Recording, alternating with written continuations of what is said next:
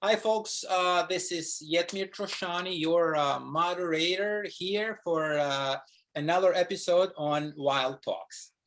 Today, I'm excited to introduce Stefan from Berlin, Germany, who is a true friend to Wild Europe, me and many others. Stefan was essentially also part of the activity we had in summer in Albania, Shkodra, Albania, called Snap in Flight. Yeah, where 3 days we photographed. The best thing for me was not only photographing, but also get to actually know each other face to face. So that was great. So Stefan, from there and others, we became very close. So it is really a pleasure to have Stefan today on our interview to share his experience. So yeah, I would like to start the interview by asking Stefan, how did you get into wildlife photography? How did it start? Hello, Yetmir. So first of all, the pleasure is mine. I'm very honored that I chosen to make this interview, that you are interested in my experience of a wildlife photographer. And yes, I also very happy to see you again. Yes, our great Snap and Flight event in July. I really enjoyed it. And yeah, you're right. I have plans in my mind to come back one day in a little bit different way, but it was a very, very nice place in Albania. And yeah, I want to come back. That's not only... And you are most welcome, always. Yeah, so, and yeah, how did it start? I think there was no certain point when I decided to be a wildlife photographer. It was, in my opinion, it was a logical process in my life because already as a teenager or even a child, I was interested in wildlife, in nature, in our animals. And I remember very well that it was more interesting for me in my room at home, in my parents' house, when I had to study for school. I didn't do it. I did watch buzzards and kestrels and other smaller birds that I had my desk was in front of a big window, and so I didn't study. I did watch the animals, and that was already with 8 or 9 years of age. So, and as teenager, I got interested in photographing, yeah, and therefore it was a logical process that one day this would come together. My interest for wildlife, for nature, for animals, and my interest for making pictures. So in the beginning, it took pictures of everything: family, holidays, yeah, my hometown, and this. But with the DSLRs, I really started wildlife photographing. So that was more or less 12 years, 13 years ago. So, and I always enjoyed it. It became a very important part of my life, and so I got deeper and deeper in it. So, and at the moment, after 12 years, I'm on the point where I am now. So. And that's great. That's great. So I understand also in the group, you mentioned something about the interest you had on Z9. You ordered it already, right? That was amazing. I saw your comment. That's like a huge step. Yeah, that's the negative side of my hobby. I got crazy sometimes. The Z9, yes, I pre-ordered because I think mirrorless will be the future of photographing, of the gear. Yep. DSLR will run out. It looks that way, absolutely. Yeah, and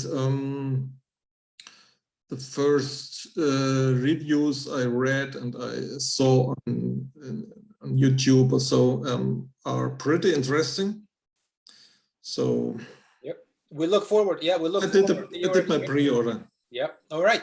So one of the things we discussed about this interview was you having the ability to share some of your shots, and perhaps you could share the experience behind, like what was happening with you. How did you realize it?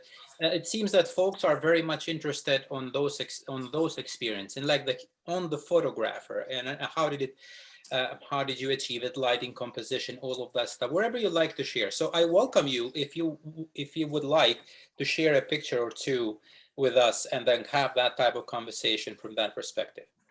Okay, so my idea was, because I think be a wildlife photographer could be very expensive. It's not a cheap hobby, and not everyone can afford expensive gear or journeys and tours to make. So, and what I do is more or less 90% of my pictures I take at home. Nearby, yeah. And so I go by bike, 10 minutes, 12 minutes, maybe 30 minutes, but not more. And I found my my things in this region near home. So, but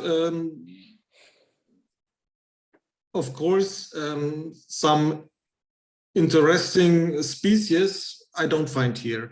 But I think it's not so important to have interesting species, but it's important for a good picture to have a good light situation, and always also with a good light situation or a good point of view.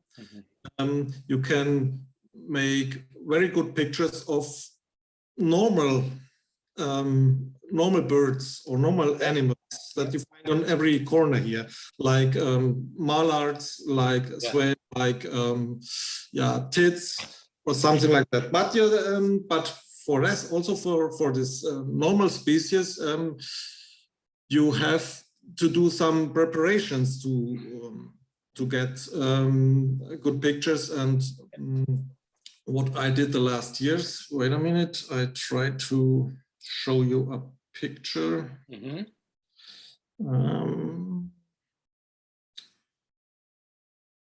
So while you do that, I'd like to mention the fact that I've noticed that many photographers, while they are interested on photographing different species, they start to become expert of certain species that they can photograph nearby where they live.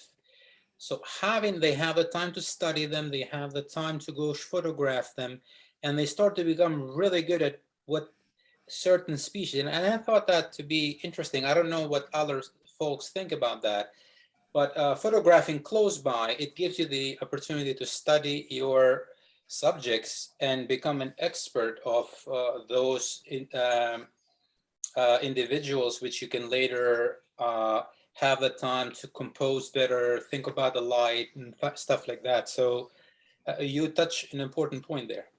Yes, you're right. Traveling means you have no time to study the region, to know the region, and to prepare your photographing. At home, I have this time. Right. On a safari, I have to get what I have to accept what I get. So right. Yeah, at home I don't need it. I can choose the days, the weather, the light, and what I wanted to show you is this one. Yeah, I saw the great tit. Yeah, yeah, that's a tit. It's nothing special. We have it in my garden everywhere. It's one of the most To be honest, I think it's very special. Honestly, I'm just speaking, from the heart. And what I find special here, it's the management, light management here. That background, everything, the lighting, everything, it's so well balanced, which makes it, in my opinion, a very special shot. And thank you for sharing it. Yeah, it's a very, I like this photo. but the species is not so interesting. But what I want to tell you is that also not so interesting species you can make very good pictures. Yep. Yeah, and it depends. The light is more important than the species. And what I did to get this this photo, I prepared near my house, 10 minutes by bike.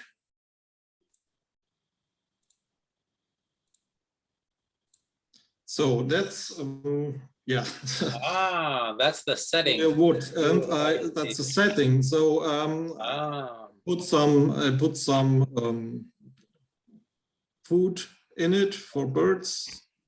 So yeah, and you see the background where the colors come from. Yeah. Yes, sir. Yep, I see it indeed. Yeah. Yes. So now you have. And that's yellow. It's setting, yellow. yeah. That's green. And when you have a good light and with sun, so you get a very interesting background. Another one from the setting.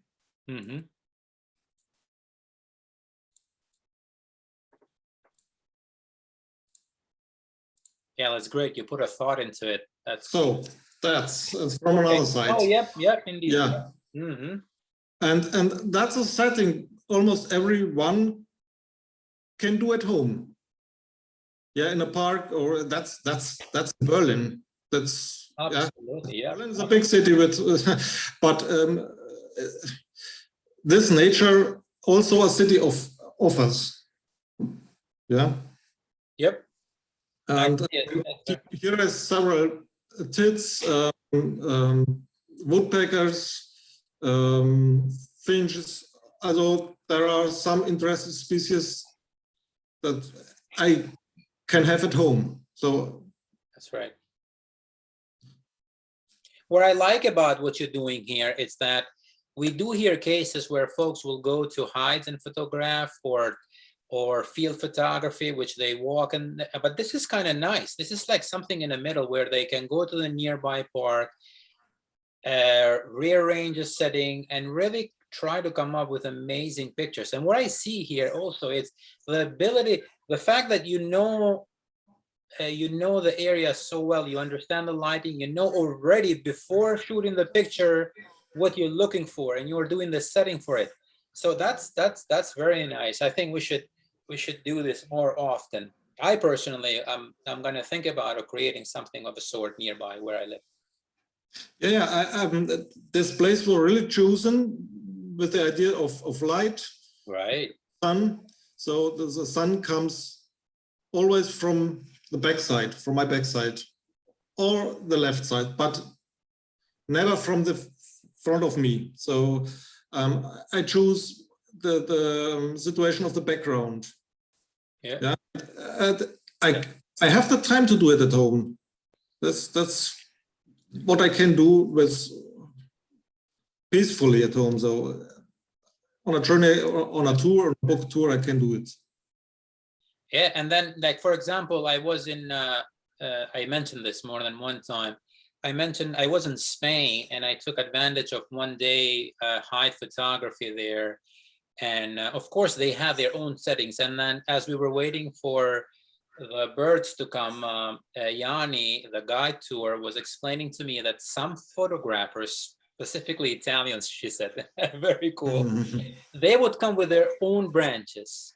So they would create unique situations as they would prefer. I thought that was very cool, to go with your own setup in hides in such a way that you don't get the same shots as others, yet you're photographing more species. But this really opens possibilities. Another thing that I wanted to mention here is that Ilir, our mutual friend here, who has a house nearby the lake, he's also considering doing something like this. So he's playing with this idea. So this will be something that he does enjoy when he'll see the interview.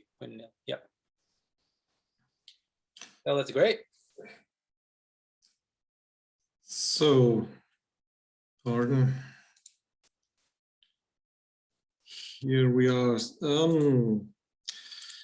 Of course, I also do some tours. I do it more or less one time a year. So I go to maybe the German coast or so, but tours like I did to Albania, that's very, very rare. So as I mentioned, most of my photos I really can do at home. So what else have you shot? What else have you shot nearby? Or I think I saw a mallard. I think we talked about a mallard. That was a beautiful shot. Was that something nearby home also? Yes. Okay. Wait a minute. Take your time. No worries.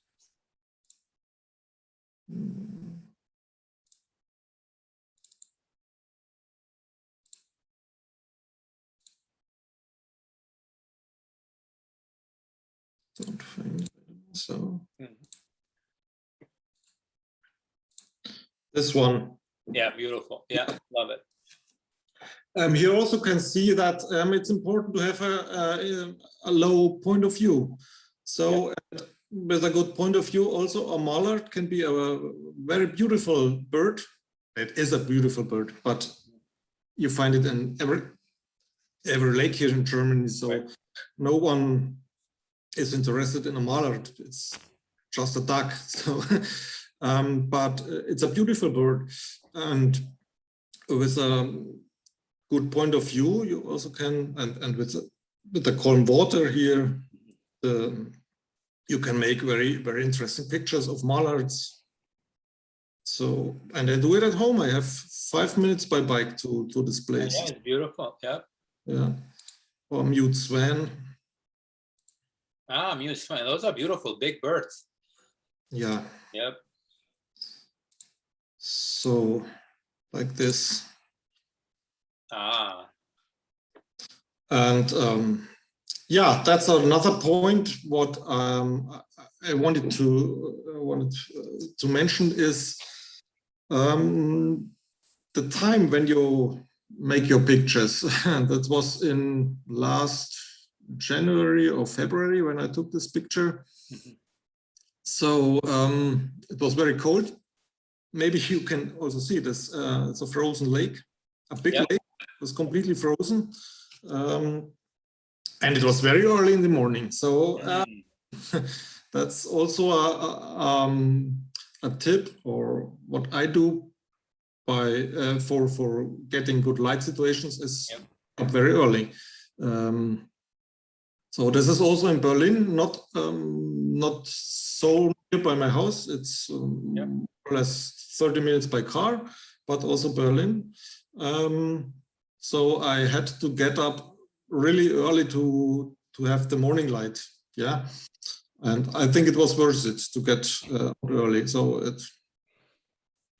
And I see this nice soft light. It's really, and more, it seems that the photographers more and more they shoot, they focus in lighting, becomes so a focal point to their photography.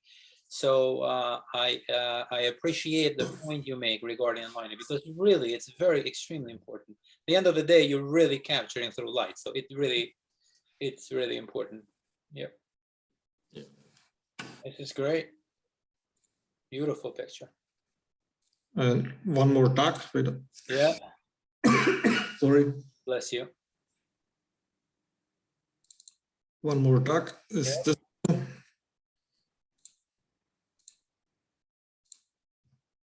Yeah. Oh, this is beautiful. Oh, this is nice.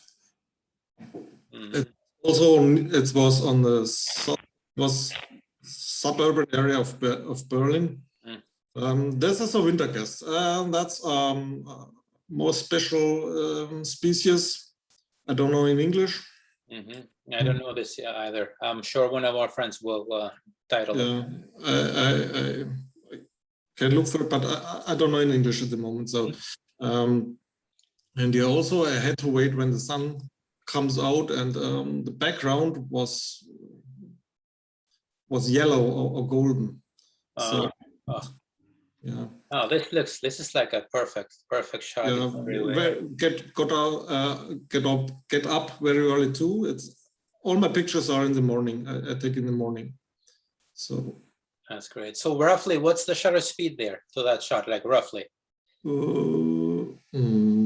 I can look for it. Wait a minute. No, you don't need to. It's fine. It's fine. It's just generally just to have an idea that usually for shots like probably thousandths of a second or something. Okay, yeah. You need to crack it a little bit, I guess, too. Yeah, Yeah. because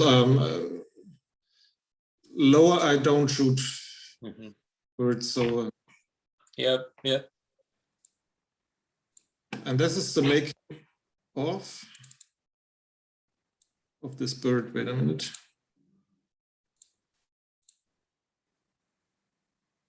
Ah, so this is the, oh, I see. So you were like really going to eye level. Yeah. Wildlife photographing means for me also get dirty. Yep. I agree. And early. So Dirty and early. Yeah, you have to suffer sometimes. Yeah, I understand. Yeah. No sleep, gets dirty. So here the right one of these three ducks is very nice. We are talking about. Yeah, and you see when here the sun comes to the background, you have it golden because there is because of the trees and it gets golden when the sun comes in. So that's very nice. It's very nice that you're showing this side of the photography, because it's so important. It also explains how much it takes to create a shot, because you are creating it in your mind what you want, and then you're going after it. So of course you go through the hardships of making it happen. So I'm glad you're sharing this side of the view. Yeah. One thing I wanted to mention too, I have what I think it's what's a great advantage photographing in the cities where you live is especially in Berlin. The animals are used to live with us, yeah, so okay. are not so shy, and you see here that I'm open, that the duck can see me. Right. You're very close. Exactly. I don't need a height. In Berlin, I don't need or mostly I don't need heights. So ducks usually are shy birds. Mallards aren't shy, but the other ducks are shy birds. So, and that's a little bit different in urban regions, in big cities where they are used to live with us. Yep. Good point. So, or this one.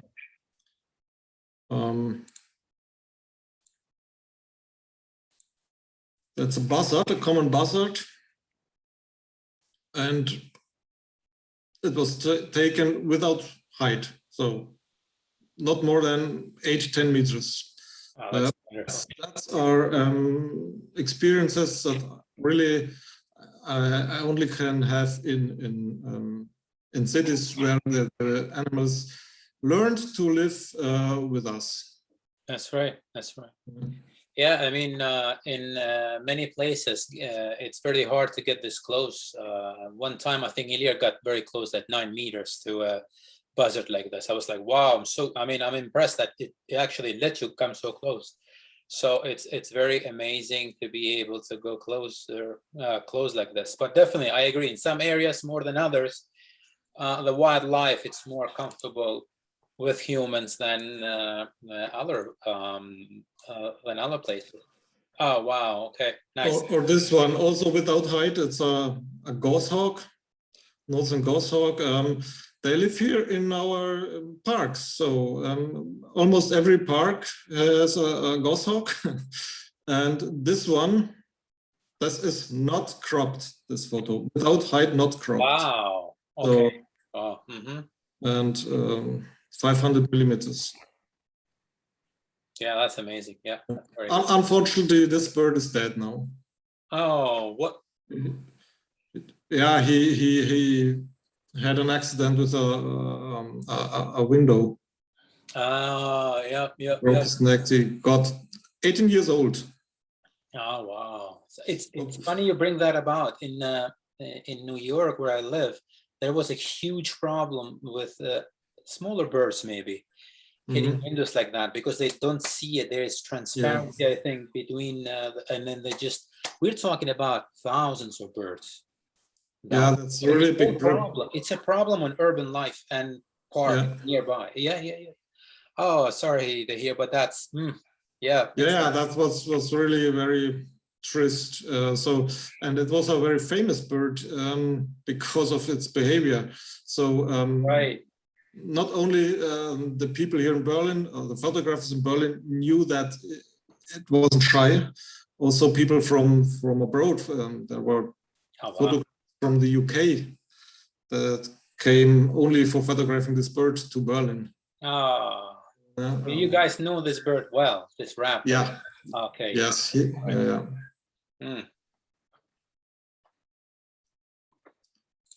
Okay.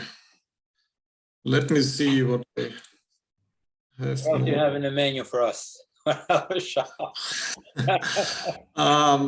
Maybe some words about background. So, what is many people like to photograph birds in flight because it transfers some action. And it's interesting to catch them in flight. But I think photos like this, what is very common when you make birds in flight. This is a sandwich tern I took on the German coast. Okay. But it's not a bad picture. But what, in my opinion, what is not so interesting when you make birds in flight is that you have the blue sky as a background. Mostly when I see birds in flight, you have the bird and a blue background. Yeah, it's a bit dull. Yeah, I agree with you. Yeah, and it gets boring, I think, when every picture of birds in flight has a blue background. That what I would do and try to do is to create or get situations where you can avoid this blue background. But it's only my opinion. Everyone can have different opinion at this point, but what I think what is more interesting is something like this. That's the same bird. It's not the same bird, the same species, but taken on the same day. But I think this background more interesting than the blue one. Yeah, absolutely. It speaks for itself. Yeah, absolutely. Yeah, or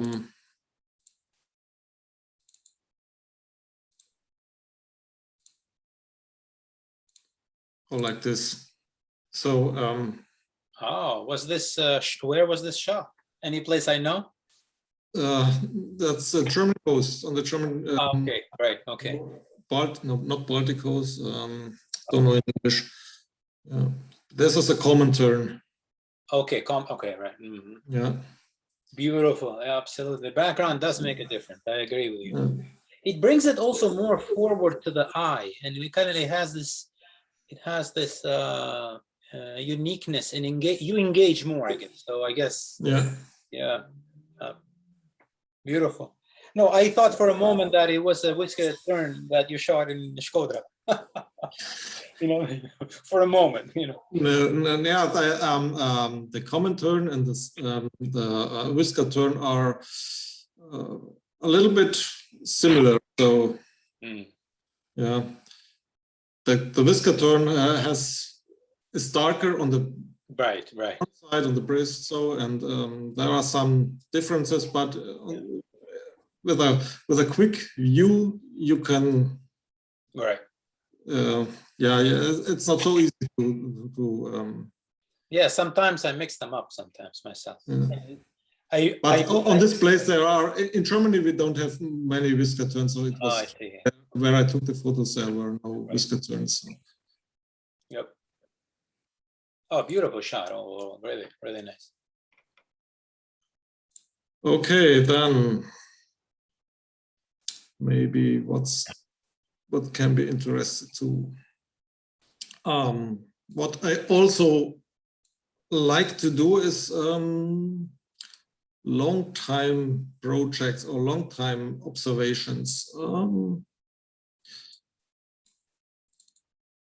This is a bird, a species what I really like, I love. This is a crested lark. Yeah. Always on the ground. Mostly.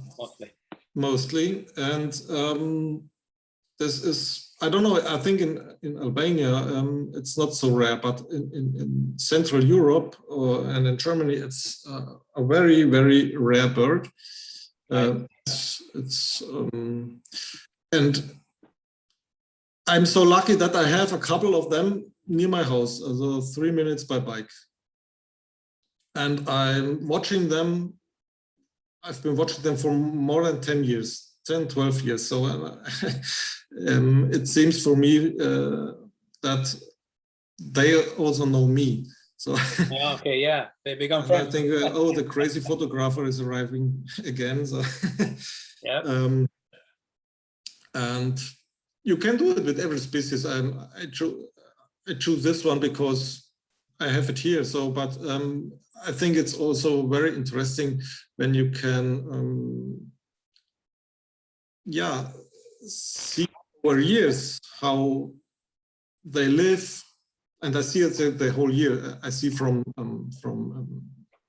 the beginning of the year until breeding, until have the eggs, and so. Right.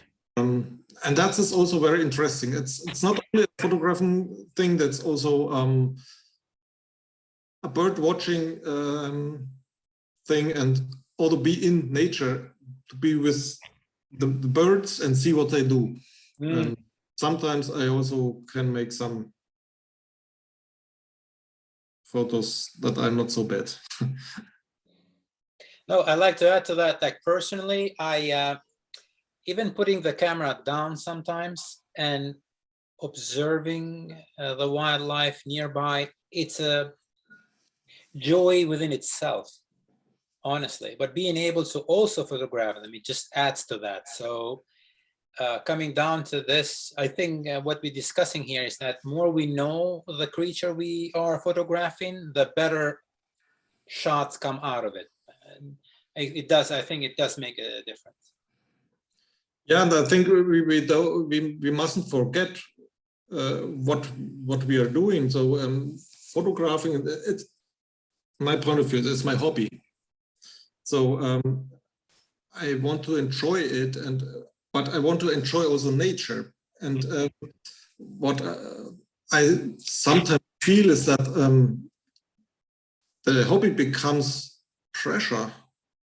So, yeah. So and this is what I don't want to feel. I want to enjoy nature by photographing.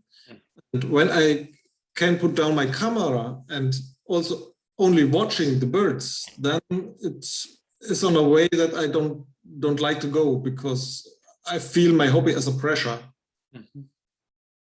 I hope I can. No, I absolutely understand. Yeah, I absolutely understand. It's that leisure, like to me, I call it the me time. I think that has a uniqueness. I think we need to find a moment for ourselves as well as for other responsibilities we have. So for me, the me time that it's most enjoyable, it's being in nature and photographing, including also doing things like what we're doing now, obviously, because I love it. I'm like reaching out to folks, I'm having these conversations, we're doing tours, we're doing amazing experiences, and it's all within the hobby and passion. I think the moment that it starts to become required and it start to become you have to, and then you start to, but as long as it comes naturally to us, I think it is precious to us as well. And without watching, you can't find something or discover something. with this lark, for example, I was able to discover where they are nesting. It's really difficult to find the nest. If you are only photographing, you won't find it. So, but when you come down, sit on a bank and are only watching, then you see how they are behaving in the area. So I could find several times where they are nesting, the nest of them, and that's it. So it was interesting for me because I knew that there would be chicks. So that means I have some more birds for photographing, the young one. It's very interesting to photograph the young. Very nice. Yeah. I have to know that there are some chicks. Yeah. Correct. Right. You have to. Right. You have to do what they call your due diligence. You need to put the hours, and that's that's another lighting here really stands. Yeah, that's the same bird, I would say. Yeah, that's amazing. Beautiful shot. And this is a picture where the light was in front of me, the sun. But with the backlight, those are unique. Many folks are getting interested in shots like this. Yeah. It does have a very light. It makes an impression when you see it. It's like, whoa, it's amazing. Yep. This is a reason why I bought a DSLM for. So the DSLM mirrorless offers the possibility to put the camera on the floor, photographing by display, 100%. I couldn't do it with my DSLR because the autofocus didn't work so well by live view or in live view. I understand. Especially the Nikon DSLRs weren't so good in photographing in live view. The mirrorless I can use 100%. So I put the camera on the floor using the display and can make shots on this point of view. So, and I hope that Z9 will be still much more better than my actual my Z7. Right.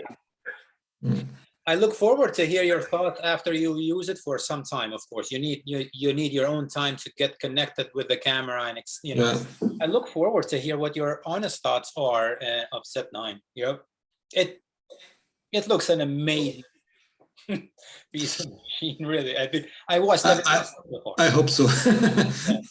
Yeah. I will see. I won't sell my D500 because to have a backup camera, but I think I won't use it very often. I understand. I Z9. Yep. So something what I can still tell you, or do you have some? Yeah, definitely. We have some more time, I guess. I think it's working well. I think we're sharing interesting things. I hope that folks will find it useful now. An example for what light is? Yeah. Yeah, the lighting, the overall frame here is just. Yep.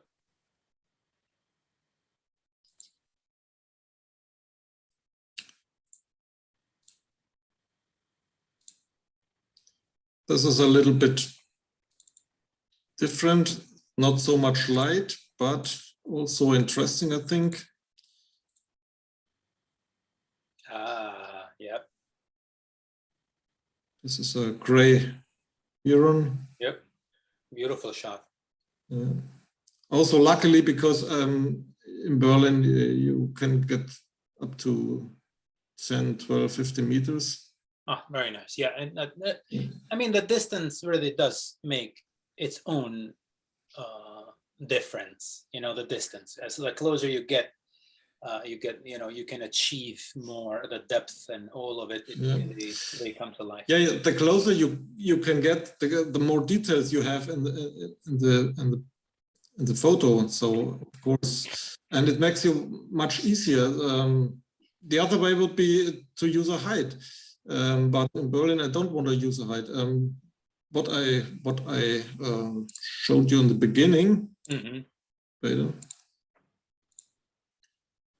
Wait a minute. By the way, can I ask you a question while you're opening the next image?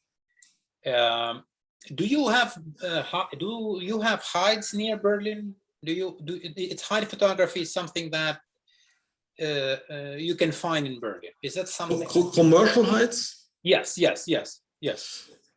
In Berlin, I don't know. I think there aren't. In Berlin, you have to use your own height, or you build up a height, or use a tent. So, but what I want to see in this case, that's a disadvantage of Berlin or of a big city. This was destroyed. Yeah, so someone discovered it, and yeah, I understand. Destroys it. So it also can happen in a big city. Yeah, urban life. It's urban. And therefore, this point I don't use anymore. So because I'm sick of build it up 2 and 2 weeks. So right. Yeah.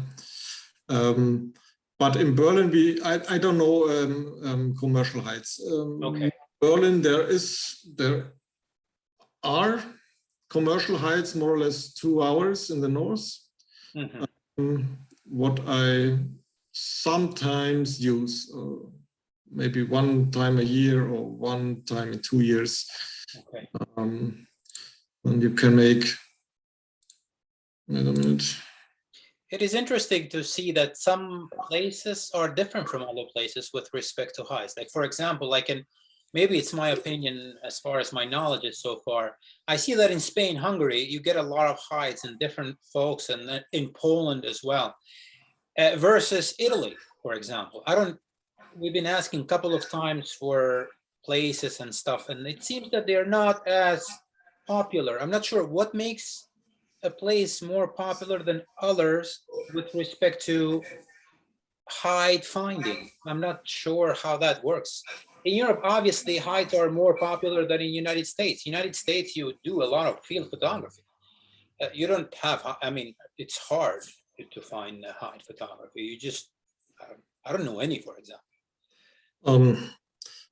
I don't know the United States, but what I heard is that the distance that you came much closer to the birds in the United States than in Europe. Yeah, that is what I heard. I don't know if it's true, but some pictures what I already saw, especially water birds, Florida. So there are some spots that Florida is really amazing. Very, very good. So you don't need the heights, and what's many commercial heights you can photograph birds of prey, so eagles and something like this. And these birds usually have a big distance that don't allow the humans to come close to them. Yeah. So you need height, but these species are very interesting for some photographers. Everyone wants to photograph eagles. So, but and it seems that in a commercial way, it's a good way to get money. But eagle heights, eagle heights. So yeah, and in Poland there are, and I've never been there, but it seems it works really well. The heights in Poland or in Spain, I know that in Spain are a lot of of heights, different heights, eagles and vultures, and so. Italy, I don't know, and in Germany we also have, but not so much. Okay, it is interesting. It is interesting how it's why some countries to me, but I guess the nature may be different in different places, and maybe rules and regulations of different places may allow you more space or not to do certain things.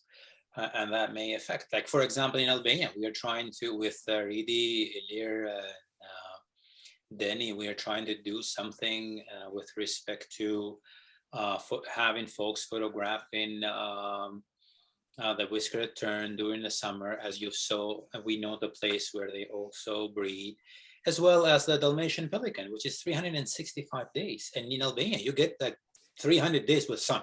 So you get the light, amazing opportunity for those who are interested.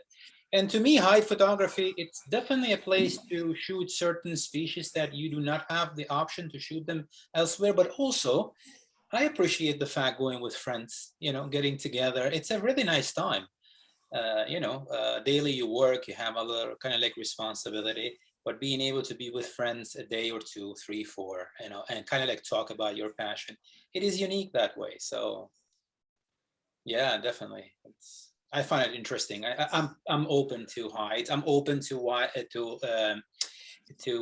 field photography, absolutely, which is most of what I do. But yeah. Yeah, I am open to. I used it. I went to heights several times, not so much because it's expensive. Yeah, that's right. Yeah, that's true. Yeah. So, but when I want to have photos of the golden eagle, for example, what can I do? So, right, kind of. Yeah, so I have to go to heights. Yeah, right. Yeah. When I want to have these aspects like light or point of view, I also can go to the Alps. So with right, and they're walking, I can see golden eagles, but in the air, so I have no good light, I have no background, and something like that. When I want to have good pictures of some species that I don't have in front of my door, so I have to use commercial heights. So. Yeah. So yeah, by the way, while this interview has been going a little bit farther, maybe, again, we treat these interviews as having open conversations, casual with friends, especially with Stefan. We're very close. And I hope that feeling really comes through from this interview. And but I'm very glad that we touched upon unique stuff, composition, lighting, setting up different places, photographing nearby, the hides, also many different conversations that I think are very common to what we think daily. Any other last thoughts, Stefan, before we close the interview, or anything you want to share last? Well, I hope that some of my new friends that I met in Albania will see this interview. Want to say hi to them. Hope that everyone is good. Feel is fine. So I hope that there is the day when we can see us again, not in this digital way, in the real life. So I have some ideas that it's not so. I can't speak about it because it's not more than an idea. Okay. So I don't want to promise something that won't work. I understand. Yeah. But what I want to share is say hi to my friends from Albania that I met there. Yeah, thank you so much. And to end this, we started slowly but surely to work on the next activity, which will happen in summer, the Snap in Flight 2. And you are most welcome again. Because you are now almost like a part of the team, the core team, as you mentioned, because your thoughts, your opinions, and the other friends really do make a difference. And being able to come together and promote certain certain habitats, if you will, that we may or may not know, it really might make a difference. And I think people like us also help the economy of certain areas from the perspective of wildlife photography tourism, or when where you go make a difference, you are safe, you meet friends, you see something else, something different. And I think that's beautiful in its own. You're making a difference where you go, but also making a difference within yourself with respect to shooting more, doing more, exploring more. And I think that's wonderful. So with that note, all the best. Take care, everybody. For any questions you have for Stefan, go ahead. He's very open to have this conversation constantly. We talk constantly with him and other friends. So take care and all the best. Bye-bye.